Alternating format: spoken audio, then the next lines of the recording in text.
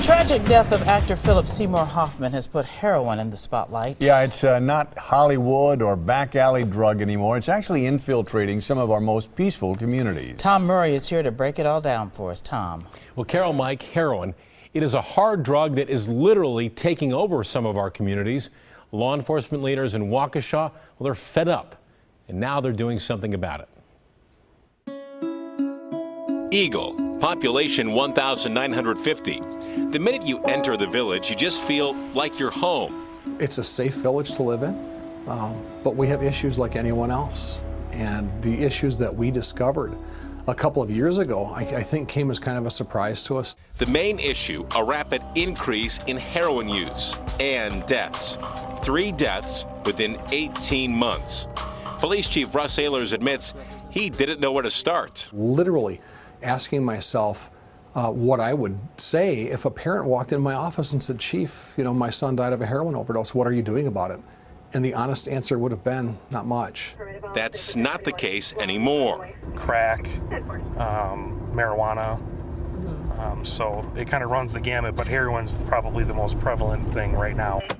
As police are constantly patrolling the streets. How you doing, man? You got a license and registration with you?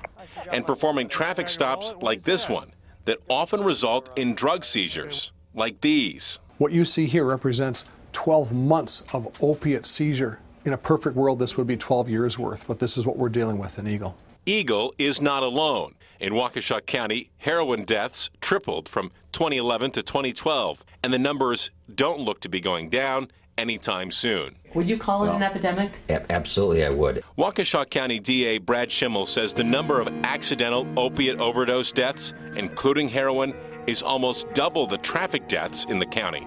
Can you imagine what we'd do if we saw traffic deaths quadrupling over a 10-year period? We'd have a roundabout every 200 feet. I mean, we would absolutely be freaked out. Back in Eagle, police are determined to stop that deadly cycle and take a no-tolerance approach. It's working. We're not hiding the fact that we're doing this because we don't want to hide that fact. We want people to know that we're out doing this, good people and bad people, the drug runners, the users. The numbers are there to back it up. In 2013 alone, 31 felony drug arrests for this tiny village. But I submit that Eagle is certainly a safer place to live now than it was 2 years ago, as is evidenced by the amount of drugs that we've taken off the street.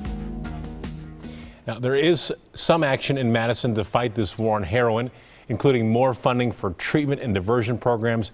One of those programs is working hard to keep people off the drug. See what they're doing tomorrow on Live at 4. Yeah, this is a growing and frightening problem. Yeah, we're here just report after report of heroin problems in the suburbs. It's amazing. Okay, Tom, thank you very much for the eye-opening report.